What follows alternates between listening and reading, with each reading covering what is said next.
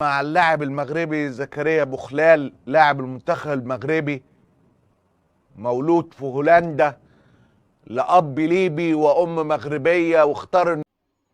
إخوان، سمعوا شنو غيقول تقول الصحافة العالمية وبالأخص القنوات العالمية في القضية ديال اللاعب المغربي زكريا بوخلال، وبالأخص الصحفي معتز مطر. سمعوا شنو غيقول. مشهد عجيب من نوعه بيحصل مع اللاعب المغربي زكريا بوخلال لاعب المنتخب المغربي مولود في هولندا لأب ليبي وأم مغربية واختار إنه يلعب للمغرب. بوخلال لاعب تولوز الفرنسي والمنتخب المغربي اللي حكيت لك قصة كفاحه وتدينه الواضح وتمسكه بدينه. فجأة حصل عليه حملة هجوم شرسة من موقع مغربي. الموضوع كبر بشكل غير مسبوق. ايه اللي عمله زكريا بوخلال؟ قال لك عمل شيء شنيع. ايه الجريمة اللي ارتكبها يعني؟ قال لك خلى المنتخب يسجد في الملعب. وعاملين عليه حملة ان بوخلال مخترق المنتخب، بيحاول يخلي المنتخب المغربي سلفي، والداهية بقى خلاه يسجد. زي كده عندنا في مصر ابو تريكة كان بيأخون المنتخب وبيخليه يسجد بعد الاجوان.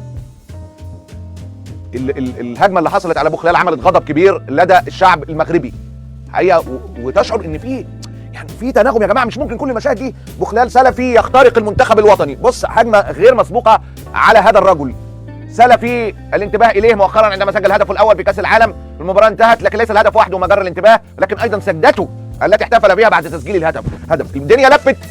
ده مع زاكر نايك الداعيه المشهور. الدنيا لفت وبقت المشاهد اللي تثير الاستهجان اللي هي العاديه جدا. وتخيل بقى لما الموقع المغربي ده سجدت بوخلال. بص بقى، هو خلى اللعيبه بقى، فاللعيبه سجدوا زيه، فبقى مشهد قميء جدا، فتح عليه بوابه الهجوم. تخيل انت بقى لما يستشهدوا بقناه المانيه في هجومهم على زكريا بوخلال. تخيل انت قناه المانيا منتخب بتاع سيكو وقال لك بوخلال ده بوظ شكلنا قدام العالم. بوخلال السجود ده بقى شيء سيء.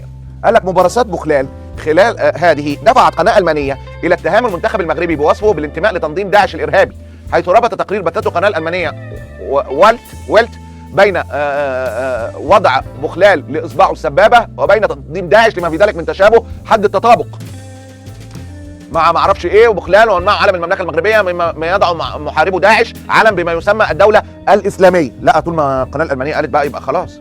المهم والكارثه، عشان بقول لك الموضوع مثير للريبه، القناه الالمانيه اعتذرت قبل 8 ايام من كتابه هذا التقرير على اللي قالته. يعني التقرير النجس ده يا جماعه لسه بس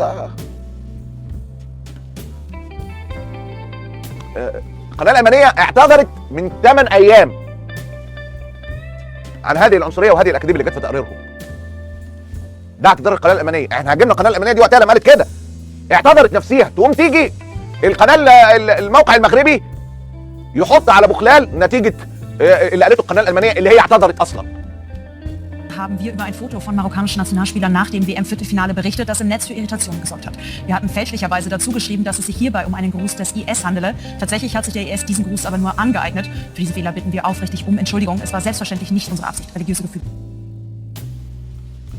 القناه الالمانيه اعتذرت عشان مست المشاعر الدينيه.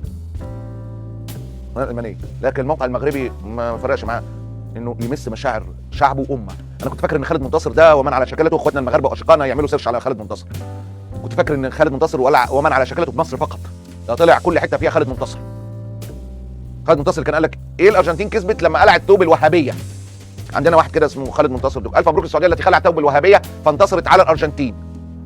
طب وايه اللي خلاهم خسرهم الماتشين التانيين وخلاهم اخر المجموعه مع انهم قلعوا ثوب الوهابيه؟ رجعوا لبسوها تاني؟ بقول لك جنون. فلقيت خالد منتصر موجود في المغرب برضه.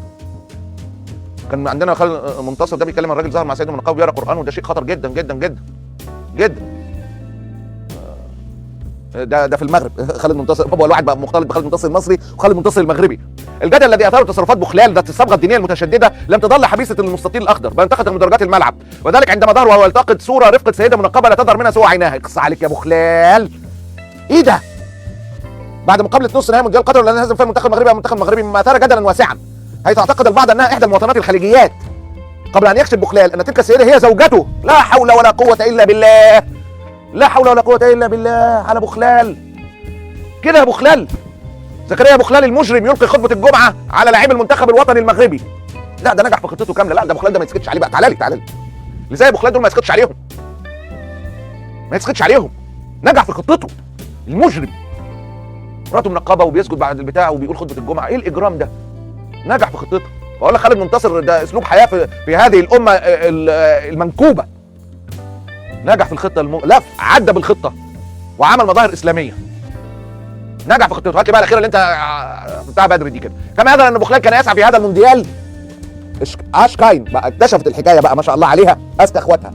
كان يسعى الى استقطاب اكبر عدد متتبعين الى توجهه وتياره الديني الذي يتبعه، ويبدو انه نجح في ذلك بعدما استطاع جر اللاعبين المنتخب الوطني الى الرذيل، قصدي الى صفه، ودفعهم الى تبني افكاره الشيطانيه، بل والدعوه لها علانيه مثل ما وقع مع صابير والشاعر. وهذا هو الاخطر. هذا هو الاخطر. ربما كانت ليه اهداف اخرى يا ابو خلال. لا خلاص وضحت، مش محتاجين، مش وضحت.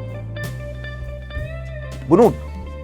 مشكلتهم مع ابو خلال بيقرا قران وبيسجد. ابو خلال اللي في نفس هذا التوقيت كان عامل حفل زفاف وبيتزوج ويؤم المصلين. بربك الذي خلق الإنسان من علق اقرأ وربك الأكرم الذي علم بالقلم علم الإنسان ما لم يعلم كلا إن الإنسان ليطغى أن رآه استغنى إن إلى ربك رجعى أرأيت الذي